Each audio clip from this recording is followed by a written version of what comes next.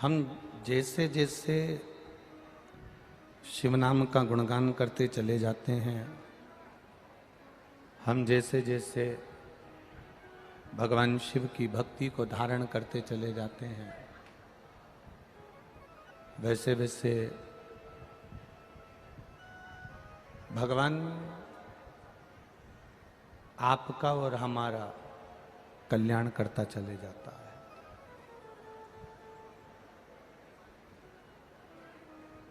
3.5 करोड़ रोम छिद्र इस मानव की देह में है।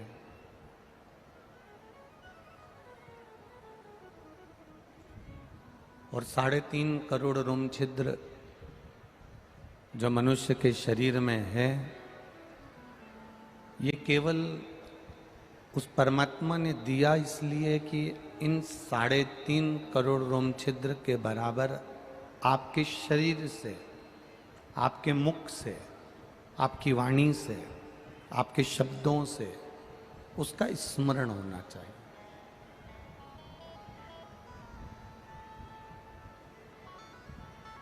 साढ़े 3 करोड़ रोम छिद्रों के माध्यम से शिव कथा कहती है कि आप उसका नाम जपें, आप उसका नाम का स्मरण करें, आप उसके नाम का कीर्तन करें, आप उसके मंत्र का स्मरण करें, आप उसके भजन का स्मरण करें।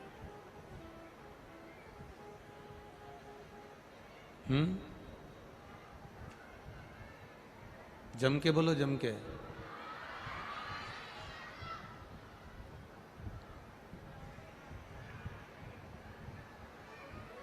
शिव स्मरण में,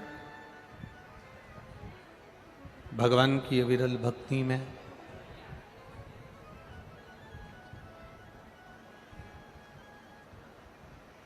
शिव की अनुपम रसमय कथा में हम जितना समय भगवान की कथा को देते हैं, हम जितना समय परमात्मा के स्मरण को देते हैं, हम जितना समय भगवान की शिव चर्चा में लगाते हैं, जितना जितना समय हम भगवान को दे रहे होते हैं, उतना उतना समय परमात्मा भी हमारे लिए निकालकर हमारे सम्मुख में खड़ा मिलता है।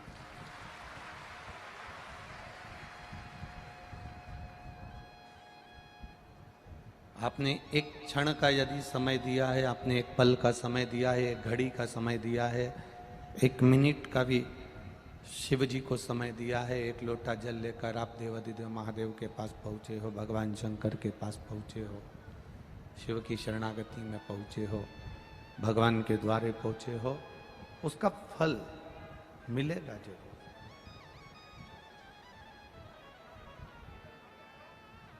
चतुराई और समझदारी,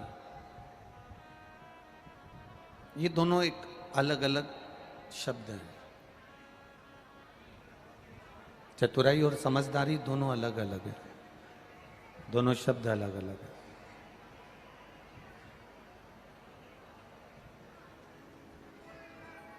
आप किसी को धोखा दे रहे हो, आप किसी को अपशब्द कह रहे हो, आप किसी को ताना दे रहे हो, आप किसी के साथ में उसको बेवकूफ बनाकर थोड़ा सा धन ज्यादा इकट्ठा कर ले रहे हो, आप किसी को घाटा पहुंचाकर थोड़ा सा संपदा, थोड़ा सा धन एकत्रित कर ले रहे हो, इसको समझदारी नहीं कहेंगे।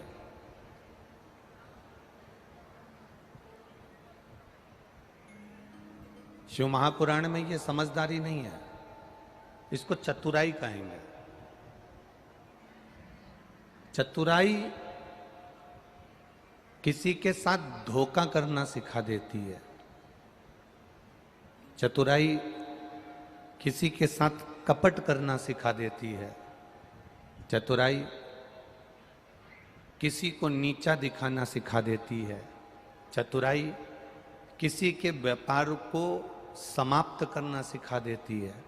चतुराई आपको बहुत सी चीजें सिखा सकती है, पर समझदारी और चतुराई में अंतर केवल इतना है कि चतुराई आपको किसी ना किसी को घाटा देना सिखाएगी, कहीं से धन अर्जित करना सिखाएगी, पर समझदारी भगवान की शरणागति और भजन और ईमानदारी से कमाने की राय देगी।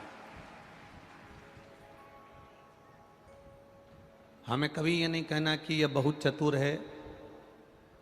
जो दूसरे को धोखा दे दे वो चतुराई में हो सकता है।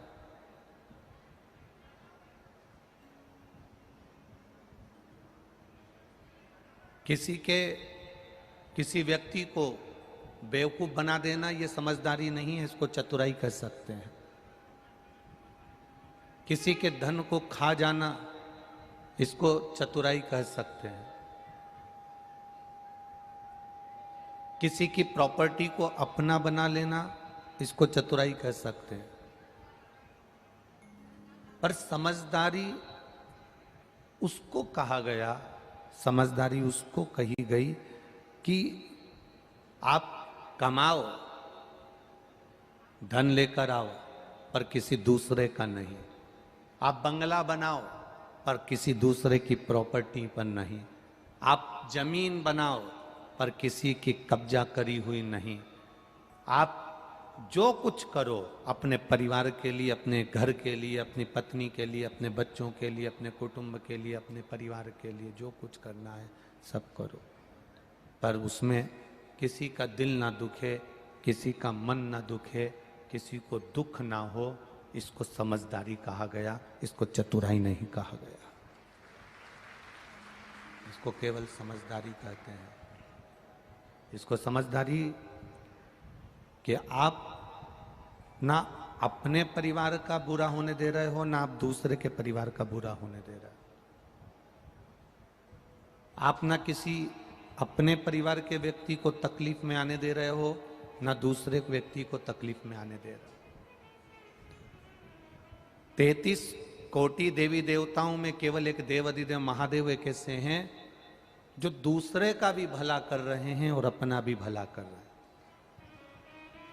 और अपने भक्तों से भी मेरा महादेव कहता है कि भूल से भी अपने शरीर के द्वारा, अपनी आत्मा के द्वारा, अपने चित्त के द्वारा, अपने मन के द्वारा, अपनी बुद्धि के द्वारा, अपने द्वारा किसी का दिल ना दुखे, किसी को कष्ट ना हो, किसी को तकलीफ ना हो। इस मन के द्वारा, इस चित्त के द्वारा, इस बुद्धि के द्वारा, इस शरीर के द्वारा, आपके द्वारा किसी का दिल नहीं दुखना चाहिए, किसी का मन नहीं दुखना चाहिए। हम तो यहाँ तक कहते हैं, शिव महापुराण यहाँ तक कहती है, आपके परिवार वाले राजी हों कि शिव महापुराण में चलना है, जाना है या जाएंगे, वो कह दें कि जाओ तो जाओ, वो मना कर दें तो आप शिव पुराण में भी मत जाओ। घर में रहकर टीवी पर कथा सुन लो, मोबाइल पर सुन लो। वो कहें कि तुम काम के टाइम कथा मत सुन, बाद में सुन लो। आजकल तो इतने अच्छे अच्छे साधन हो गए कि मोबाइल में रख लो, बाद में जब सब दुकान चले जाएं, कोई व्यापार में चले जाए, कोई स्कूल चले जाए, फ्री जब समय मिल जाए तब छत्रपति शिवाजी यहाँ संभाजी नगर की कथा को निकाल लिया और सुन लिया। किसी का दिल दुखाकर भजन भी नहीं किया जाता। हम तो यहां तक, कई लोग हमसे पूछते हैं,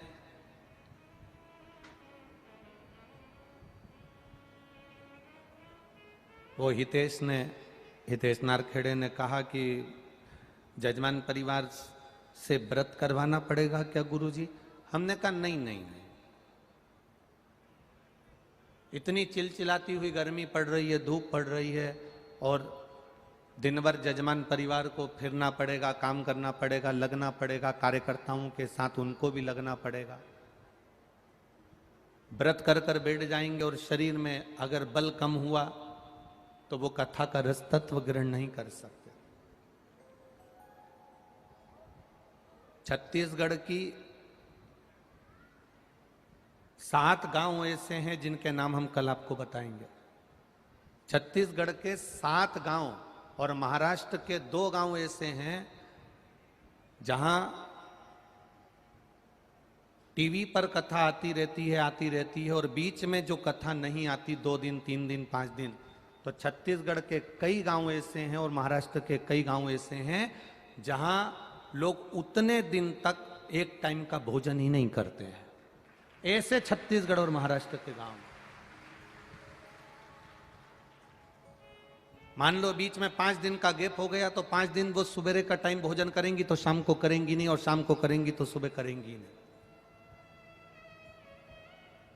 ऐसे छत्तीसगढ़ के 5-7 गांव ऐसे हैं और महाराष्ट्र के भी 2-3 गांव ऐसे हैं जहां की माताएं एक समय का भोजन छोड़ देती हैं, केवल टीवी पर कथा नहीं आती इसलिए,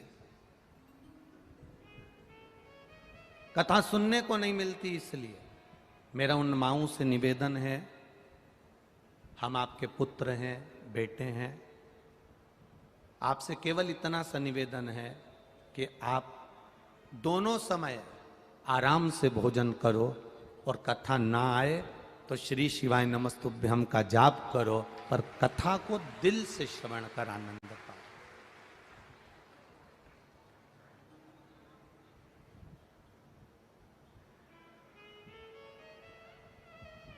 आप हृदय से कथा का रसतत्व ग्रहण करिए।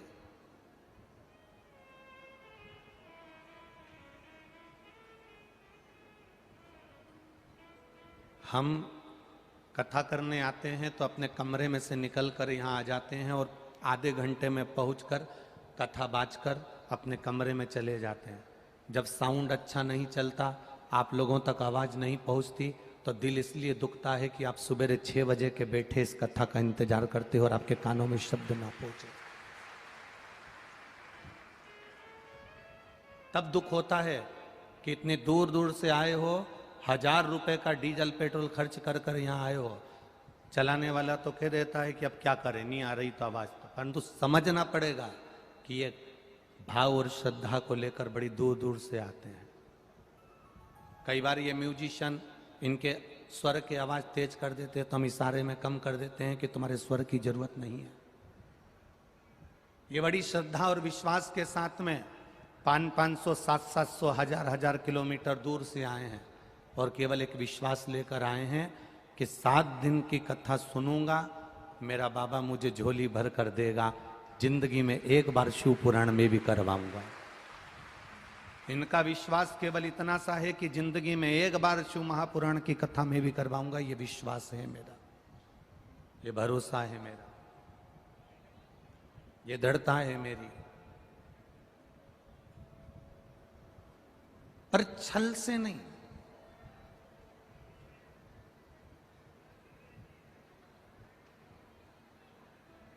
छल से नहीं, एक विश्वास के साथ, एक भरोसे के साथ। चतुराई और समझदारी में अंतर है।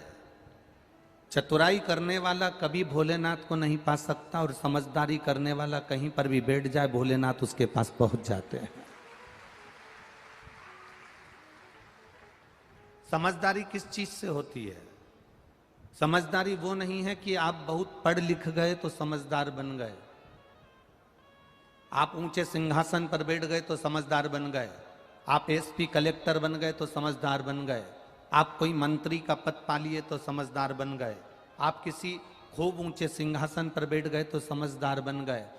पढ़ाई कर ली, इंजीनियर बन गए, डॉक्टर बन गए, कलेक्टर बन गए, एसपी बन गए, एसडीएम बन गए, मंत्री बन गए, संतरी बन गए, कलंतरी बन गए, उसका मतलब ये नहीं कि आप समझदार हो गए। समझदार किसको कहा गया? खूब पढ़ने वाला व्यक्ति समझदार नहीं होता, खूब पढ़ने वाला व्यक्ति समझदार की गिनती में नहीं आता। समझदार तब होता है कि डॉक्टर के ओहदे पर बैठने पर, इंजीनियर के ओहदे पर बैठने पर, मंत्री के ओहदे पर बैठने पर, ऊंचे सिंहासन के ओहदे पर बैठने पर collector, SP, SDM, DSP, SSP, जो कमिश्नर आदि पद हैं, उन पर बैठने के बाद भी आप किसी के दुख को देखकर दुखी हो जाओ और सुख कर देखकर सुखी हो जाओ, तब समझना कि आप समझदार हो। ये डिग्रियां तो कोई भी प्राप्त कर सकता है, डिग्रियों के बल पर तो कोई भी पद प्राप्त कर सकता है। कोई डॉक्टर बन सकता है, कोई इंजीनियर बन सकता है, कोई कलेक्टर बन सकता है, कोई मंत्री बन सकता है, कोई ऊंचे ऊंचे सिंहासन पर बैठ सकता है। उसमें समझदारी का पद नहीं होता। समझदारी डिग्रियों से नहीं आती, समझदारी वो आती है जो हमारे घर से दी जाती है। माँ बाप, घर के माता पिता अपने बच्चों को जो संस्कार देते हैं, कोई भूखा है उसको भोजन करा देना, कोई प्यासा है उसको पानी पिला देना। आप गाड़ी से जा रहे हो, पड़ोस का व्यक्ति नीचे गिर गया, आप खुश होकर अपनी गाड़ी आगे बढ़ाकर चले गए। बड़ी बड़ी गाड़ियों में आप बैठकर जा रहे हो और सोचते हो मेरे पास में ये पद है, मेरे पास में ये प्रतिष्ठा है, मैं समझदार हूं। इसको समझदार नहीं कहा गया। किसी गिरे हुए को उठाकर हॉस्पिटल तक पहुंचा देना, ये समझदारी कहलाती है। किसी भूखे को भोजन करा देना, ये समझदारी कहलाती है। किसी प्यासे को पानी पिला देना, ये समझदारी कहलाती है। संत एकनाथ जी के पास में, पैठन के पास में आप रहते हो, वो संत एकनाथ जिन्होंने गधे को भूखा प्यासा देखा तो गंगा जल ले जाकर पिला दिया, वो संत एकनाथ की पीठ के पास आप निवास कर रहे हो। कलेक्टर कोई भी बन सकता है, पद कुर्सी किसी को भी मिल सकती है, सीए कोई भी बन सकता है, इंजीनियर कोई भी बन सकता है, डॉक्टर कोई भी बन सकता है। आप अच्छी पढ़ाई करो, एमबीए कोई भी कर सकता है, बीबीए कोई भी कर सकता है, ऊंचे सिंहासन पर कोई भी बैठ सकता है, फैक्ट्रियां कोई भी लगा सकता है। पर समझदारी का मतलब वो होता है कि किसी के दुख को देखकर आप दुखी हो जाएं और किसी के सुख को देखकर सुखी हो जाएं। पराये दर्द को अपनाए उसे इंसान कहते हैं। जो पराये का भी माल खुद खा जाए उसे हैवान कहते हैं। अब इंसान और हैवान में अंतर हो जाता है। जो दूसरे के दर्द को समझे, दूसरे के दुख को समझे, दूसरे के कष्ट को समझे, वो समझदार है, उसे समझदारी कहते हैं।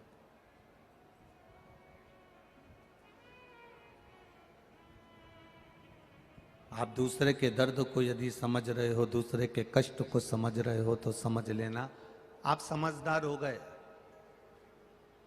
घर का एक बड़ा व्यक्ति, घर का एक पिता, घर का एक भाई, घर का एक बुजुर्ग, घर का बड़ा, घर में बुजुर्ग व्यक्ति को, घर के बेटे एक बुजुर्ग व्यक्ति को सम्मान नहीं दे रहे, घर का बड़ा व्यक्ति एक बुजुर्ग व्यक्ति का आदर नहीं कर रहा, और घर का एक छोटा सा बच्चा अपने दादाजी को एक गिलास पानी भर कर दे रहा है, तो बाप समझदार कि बेटा समझदार? बोलो जम के, जम के बोलो जरा, समझदार है कि नहीं? पिता समझदारी क्यों नहीं कर रहा? क्योंकि पिता को लग रहा है कि मेरे पिताजी ने अपनी जायदाद छोटे बेटे को दे दी, जब इनने इतनी चतुराई करी तो मैं भी इनके साथ चतुराई करूंगा, नहीं देना पानी मेरे को। अब इसको चतुराई कहते हैं। पर जो छोटा सा बच्चा है उसके अंदर चतुराई नहीं आई है, छोटे से बच्चे के अंदर चतुराईता नहीं आई है। छोटे से बच्चे ने देखा मेरी दादी पूजन कर रही है, छोटा बच्चा उनके पास जाकर बैठ गया, बुझी हुई अगरबत्ती की डंडी पकड़कर वो भी घुमाने लगा। इसको समझदारी कहते हैं। दादी को प्यास लगी, पानी लाकर दे दिया।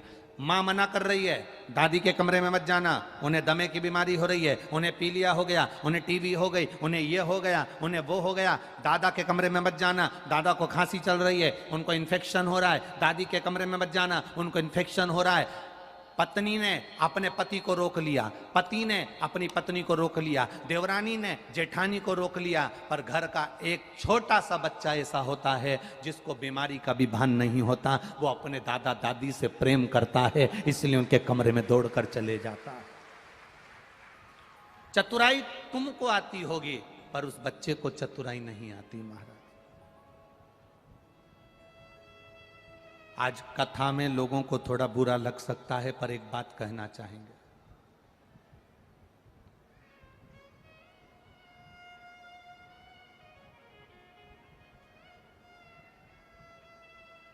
एक बात आपसे कहना चाहेंगे, थोड़ा बुरा लग सकता है, लग जाए तो घर जाके ठंडा पानी में नहा लेना, लग जाए तो लग जाए। पहले के समय में, पहले के जमाने में दरवाजे पर एक व्यक्ति को बिठाया जाता था कि अंदर कोई कुत्ता ना आए। बोलो सही है कि गलत है? कोई जीव जानवर अंदर ना आए। पहले के समय में एक चौकीदार, एक व्यक्ति को, मनुष्य को, इंसान को बिठाया जाता था कि अंदर कोई कुत्ता ना घुस जाए, अंदर कोई जानवर ना घुस जाए, अंदर कोई जीव जंतु प्रवेश ना कर जाए। आज के जमाने में दरवाजे पर कुत्ते को बिठाया जाता है कि कोई इंसान अंदर प्रवेश ना कर जाए। बदलाव देखिए, कितना बदलाव है। कुत्ते को साबुन से नहला रहे हो और अपने आप को गौरव महसूस कर रहे हो कि मैंने कुत्ता नहलाया। कुत्ते की चेन पकड़कर, कट का चड्डा पहनकर, क्या बोलते हैं भगवान, हम तो जानते भी ना है। हाँ वो समझ गए ना, तुम लोग समझ गए ना, बस इतना इतना बरबुंडा, इतना इतना। अब उसको पहनकर, टी शर्ट पहनकर सवेरे सवेरे मॉर्निंग वॉक में कुत्ता घुमा रहे तो अपने आप को ऐसा महसूस कर रहे कि मैं दुनिया का सबसे बड़ा सेठ हूं। पर देखने में ऐसा लगता है कि तुम कुत्ते को घुमा रहे हो कि कुत्ता तुम्हें घुमा रहा है। समझ नहीं आता, समझ नहीं आता। आज के तो कुत्ते भी समझ में नहीं आते कि इनका मुंह किधर है और पूंछ किधर है। कुत्ते ही समझ में नहीं।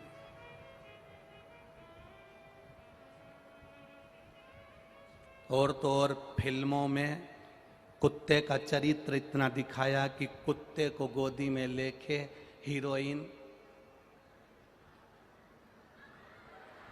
इसने कुत्ता का चरित्र इतना दिखाया। अब जितने लोग वो फिल्म देख रहे थे उतने लोग मन में सोच रहे थे हम ही कुत्ता बन जाते। अब जिसको भगवान शरीर दिया और परमात्मा संत बनने के लिए दिया और वो अपने आप को कुत्ता बनाने का प्रयास कर रहा, जरा समझिएगा। थोड़ा बुरा जरूर लगेगा, पर एक निवेदन करेंगे, जितना प्रेम आप कुत्ते को देते हो, जितना समय आप कुत्ते को देते हो, जितना प्रेम आप कुत्ते से करते हो, समय पर रोटी देना, बिस्कुट देना, दवाई देना, नहलाना, चैन से बांधना, अंदर लाना, बाहर ले जाना, घुमाना, गाड़ी में ले जाना, जितना समय आप कुत्ते को देते हो उसमें से 10% समय घर के बुजुर्गों को दे दोगे तो जिंदगी संवर जाएगी। केवल 10% समय घर के बूढ़े व्यक्ति को देना चालू कर दो तो जिंदगी संवर जाएगी। कुत्ते से लाड लड़ाओगे तो अगला जन्म तुम्हारा कुत्ते का पाओगे, पर बुजुर्गों से लाड लड़ाओगे तो उनके आशीर्वाद से कब करोड़पति बन जाओगे पता नहीं चल पाएगा। उनका आशीर्वाद, उनका हाथ तुम्हारे सिर पर पड़ेगा तो तुम्हारी जिंदगी सार्थक हो जाएगी, तुम्हारा जीवन धन्य हो जाएगा।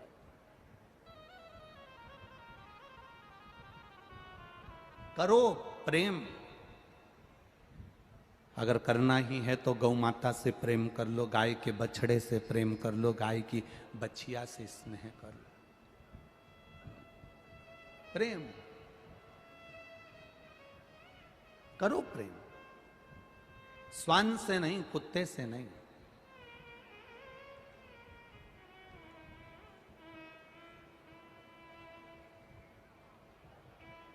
मत बुरे कर्म कर बंदे वरना पछताए, भगवान की आंखों से तू बच नहीं पाएगा, तू बच नहीं पाएगा।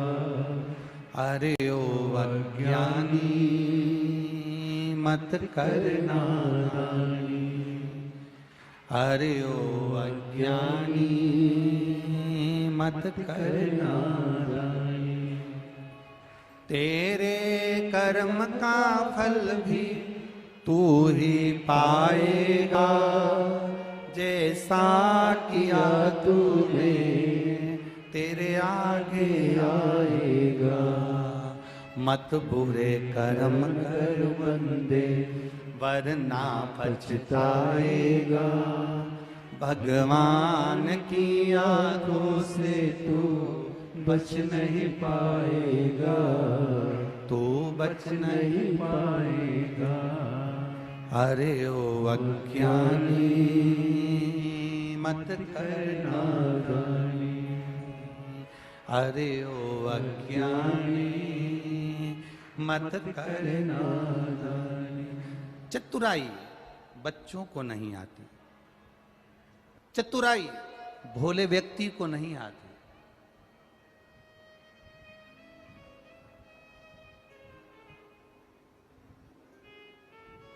चतुराई मेरे महादेव को भी नहीं आती। भस्मासुर ने वर मांगा, ऐसा वर दे दो मैं जिस पर हाथ रखूं वही भस्म हो जाए। अगर चतुराई आती तो भस्म होने का आशीर्वाद देते क्या? नहीं। भोले थे, चतुराई नहीं आती।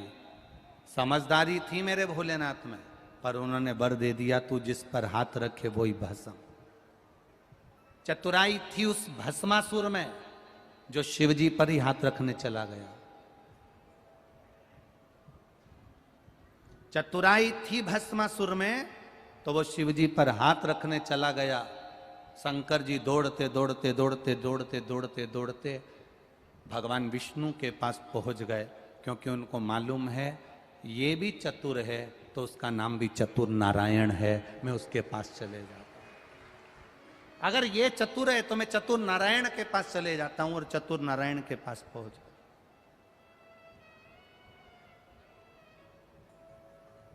भोले को भोला मिलता है,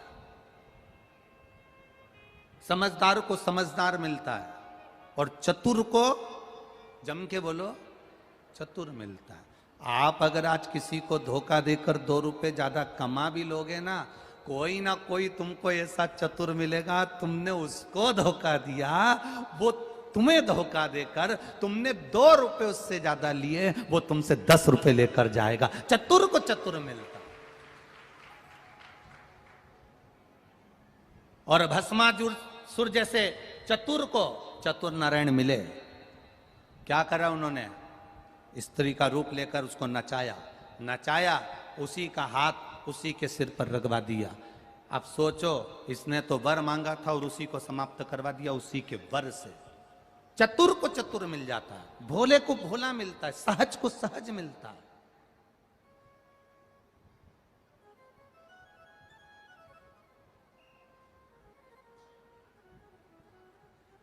जिनको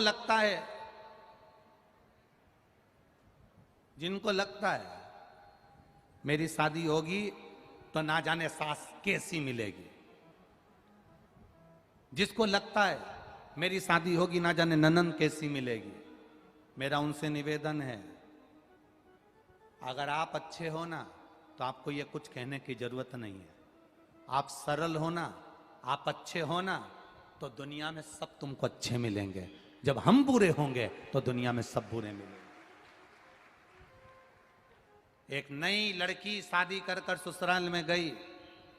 ससुराल में जाने के बाद उसने सहेलियों ने कह दिया था सास बड़ी बुरी होती है, ननद बड़ी बुरी होती है, इसका काम केवल चोटाई करना और चुगली करना होता है। ननद का काम केवल चुगली करने का है, देवर का काम केवल घर में बैठ के खाने का है, बहू का काम पूरे जिंदगी भर पिसाने का है। ये सहेलियों ने दिमाग में भर दिया, किटी पार्टी में जा जाकर भर दिया दिमाग में। तेरी सास बुरी ससुर बुरा, जेठ बुरा, देवरानी बुरी, जेठानी बुरी, ननन बुरी। लड़की शादी कर कर जैसे ही ससुराल पहुंची, उसके दिमाग में फंसा हुआ था सास बुरी होती है। सास ने उसको कहा, बेटा सुनो, हाथ में बहुत सारी सोने की चूड़ियां हैं, मेहमानों ने दी, हमने दी, तुम्हारी मम्मी ने, पापा ने दी। तुम एक काम करो, काम करोगी, आटा वगैरह उसनोगी, करोगी, हाथ की चूड़ियां थोड़ी सी उतार कर रख दो, लाओ मैं संभाल के रख देती हूं, लाओ मैं संभाल के रख देती हूं। सास ने भला सोचा, इसको लगा सास तो लोभी है, मेरे हाथ की चूड़ियां ले रही है। बेटा अलमारी में साड़ियां ज्यादा हैं, मैं ननन को भेज देती हूं तुम्हारी, उसको दे देना, वो दूसरी अलमारी में रख देगी। इसको लगा ननन चोर है, चुगलखोर है। ससुर ने शाम को कहा, बेटा कल तुमने भिंडी की सब्जी बना ली थी, आज तुम टमाटर की सब्जी बना लेना। इसको लगा ससुर बड़ा लोभी है। हर व्यक्ति में इसको दोष नजर आया, क्योंकि इसकी बुद्धि में पहले से ही दोष भरा हुआ था और इसने अपना रंग ढंग दिखाना चालू करा। कहीं सास को कुछ बोले, कहीं ननन को कुछ बोले, कहीं देवर को बोले, कहीं जेठ को बोले, कहीं ससुर को बोले। सब इससे बात करना बंद कर दिए, दूर हो गए। अभी शादी करी, 15-20 दिन हुए, ये बहू ऐसा क्यों कर रही है, आखिर इसको क्या पड़ गया ऐसा, समझा रहे हैं, समझ नहीं रही। ये विदा लेकर अपने पिताजी के घर गई। माँ ने पूछा, बेटा तेरे ससुराल वाले मिले होंगे, कैसे लगे सब? बेटी ने कह दिया, सास नंबर 1 की बेकार, ससुर लोभी, ननन चुगलखोर, देवर मक्कार बैठे बैठे खाता है, जेठ और बुरा, जेठानी सबसे गंदी, और मेरा पति वो तो राक्षस है।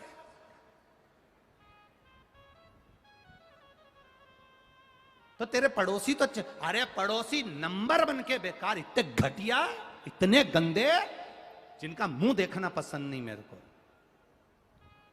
मां समझ गई, पड़ोसी तो अच्छा लगता ना, इतने बड़े परिवार में कोई तो ठीक नजर आता ना। पर दिक्कत केवल इतनी सी है, जो काले कलर का चश्मा लगाता है उसको सब काले नजर आते हैं, जो पीले कलर का लगाता है उसे पीले दिखते हैं, जो नीला लगाता उसे नीले दिखते हैं, जो लाल लगाता उसे लाल दिखते हैं, जो खुद अंदर से बुरा होता है उसे सारा विश्व बुरा नजर आता है। ये श्रेष्ठ, सब गंदे। क्या चाहती है, क्या चाहती है? बस अगर एक सुधर गई ना तो सब सुधर गए। कौन? मेरी सास की बहुत चलती है मां, मेरी सास का मुंह बंद कर दो बस, या ऐसा मुझे स्लो पॉइजन दे दो कि ये धीरे धीरे करके मर जाए। सास, इसकी मां जो थी, उसने अपने पति से कहा, जो डॉक्टर था, तुम्हारी बेटी को स्लो पॉइजन चाहिए सास के लिए। डॉक्टर कभी किसी को मारना नहीं चाहता, जब तक दम लगती है उसको बचाने का प्रयास करता है। जब तक उसमें श्वास है तब तक डॉक्टर भी आस देते रहता है कि बच सकता है, बच सकता है। डॉक्टर ने अपनी पत्नी से कहा, ये पुड़िया ले जाओ, बेटी को दे दो, बेटी से कहना रोज थोड़ा थोड़ा चाय में डाल देना। पर बेटी से कहना, अब सास 1.5 महीने में मर जाएगी, तो 1.5 महीने में उससे झगड़ा मत करना। अब मरने तो वाली है ना, तो उससे प्रेम करना। जो बन सकता वो बोले भी तो तू चुप रह लेना, वो आड़ा टेढ़ा कहे तू मौन रहना, ठीक है? थोड़ा थोड़ा सा डालना, सास मर जाएगी। बहू फिर पहुंची ससुराल, चाय बनाती, उसमें थोड़ी सी डाल देती, डालती, सास को दियाती। सास कुछ भी बोलती, बहू सुन लेती। सास को अच्छा लगा कि अपने माँ के घर गई थी तो माँ ने कुछ सिखा दिया, सुधर गई, अच्छी हो गई। आज सास ने कहा, चल मैं तुझे बाजार ले चलती हूँ, तेरे पाँव की चप्पल बेकार हो रही है, दिला लाती हूँ। चप्पल दिलाने गई तो सूट भी दिला लाई, कपड़े भी दिला लाई। उसने कहा माँ मेरे हाथ की अंगूठी खराब हो गई, माँ ने उसको तुड़वा के दूसरी बड़ी साड़ी बनवा दी। चल, सास बहू में 15 दिन में इतना प्रेम हो गया, इतना प्रेम हो गया, इतना प्रेम हो गया। बेटी दौड़कर अपनी माँ के पास वापिस मायके जाकर कहती है माँ पिताजी से कह दो मैं अपनी सास को मरता हुआ नहीं देखना चाहती, उसको वापिस जिंदा कर दे। हम सुधर गए,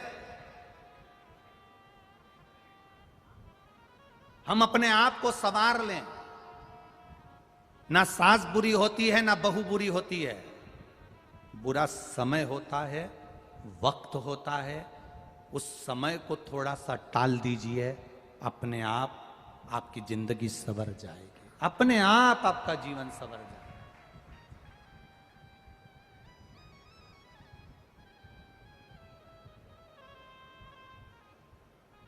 समय टलना चाहिए, कभी कभी समय टल नहीं पाता।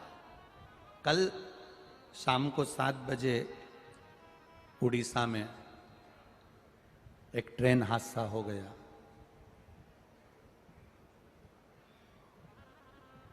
250 लोगों के प्राण चले गए और 900 लोग हॉस्पिटल में पड़े हुए हैं। आपको और हमको भगवान से यही प्रार्थना करना है कि जो हॉस्पिटल में पड़े हुए हैं, मेरे महादेव महामृत्युंजय बनकर चले जाओ और उनको ठीक कर कर उनको अपने घर पहुंचा दो। जो शांत हो गए, मेरे देव अधिदेव महादेव उनको अपने चरणों में स्थान प्रदान करें।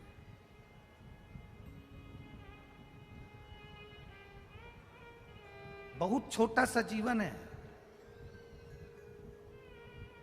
उस ट्रेन हादसे में भी जितने लोग गए होंगे, कई लोग वहां पर एंजॉय करने गए होंगे। कोई उड़ीसा घूमने जा रहा होगा, कोई चेन्नई घूमने जा रहा होगा, कोई कोलकाता घूमने जा रहा होगा। गर्मी का छुट्टी है, अपने बच्चों अपने परिवार के साथ एंजॉय करने जा रहे होंगे, घूमने फिरने जा रहे होंगे, खूब एंजॉय के हिसाब से निकले होंगे। उनको ये नहीं मालूम होगा कि हमारे साथ में घटना घट जाएगी और हम मर जाएंगे। किसी को नहीं मालूम।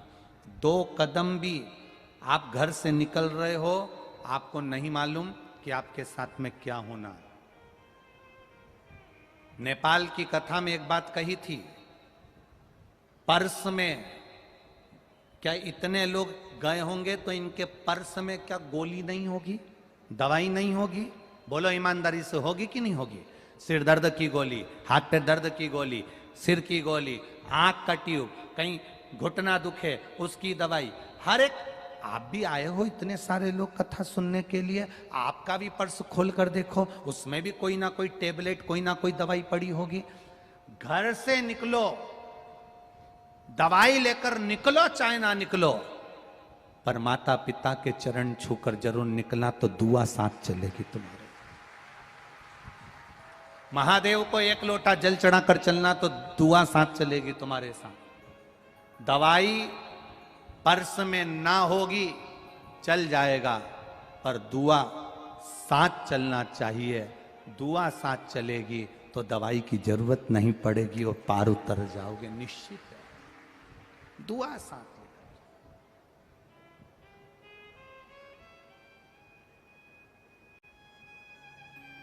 भजन के बल को बढ़ाओ। जीवन का कोई भरोसा नहीं है, कोई सार तत्वता इस शरीर की है ही नहीं।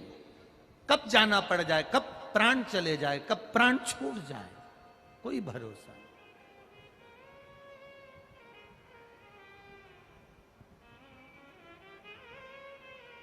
श्वास रुक जाएगी चलते चलते, क्षमा बुझ जाएगी जलते जलते, दम निकल जाएगा रोशनी का, क्या भरोसा है इस जिंदगी का।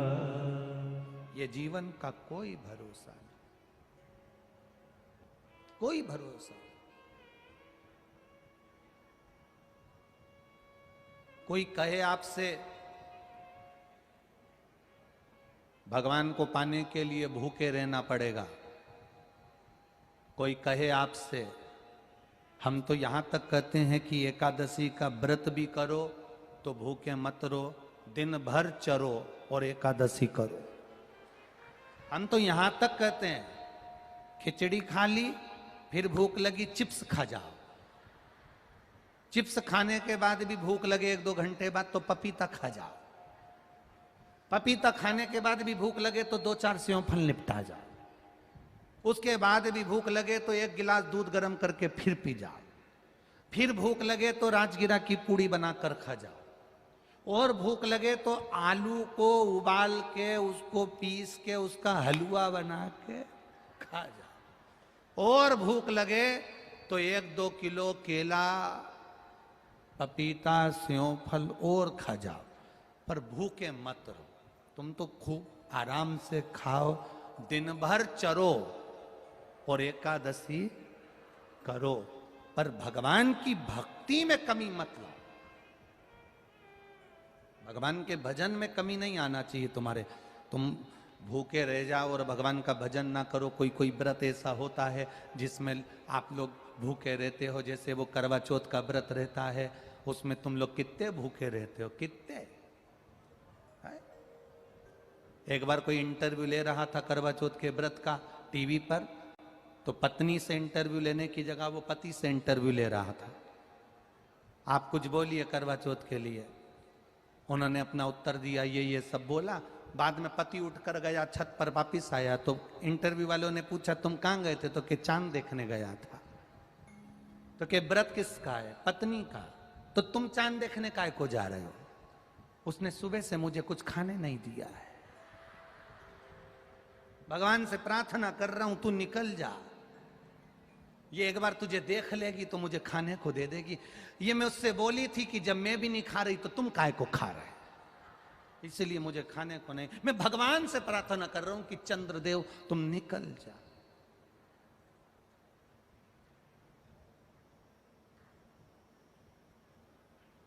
चांद निकल भी गया, पत्नी चांद को चलनी में देख रही है, फिर पति का मुंह देख रही है। पति इसका मुंह नहीं देख रहा। 1200 रुपए की साड़ी दिलाई थी वो देख रहा। प्राण खा गई थी जब तक साड़ी ना दिलाई, करवा चौथ का व्रत नहीं करा। और पूरे व्रत में एक दिन पहले से कह रही थी सुन लो कल मेरा करवा चौथ का व्रत है, साड़ी दिला दो, कल मेरा करवा चौथ का व्रत है, साड़ी दिला दो, नहीं दिलाओगे तो मैं व्रत आधा कर तोड़ दूंगी। पति को लगा ये तो मेरा सुसाइड कराने की आफत, इसने व्रत तोड़ा और मैं निपटा, उससे अच्छा इसको 1200 की साड़ी दिला दी। कहां चित्त जा रहा। अलमस्त रहकर, खुश रहकर, प्रसन्न रहकर भगवान का भजन करो, दुखी होकर नहीं।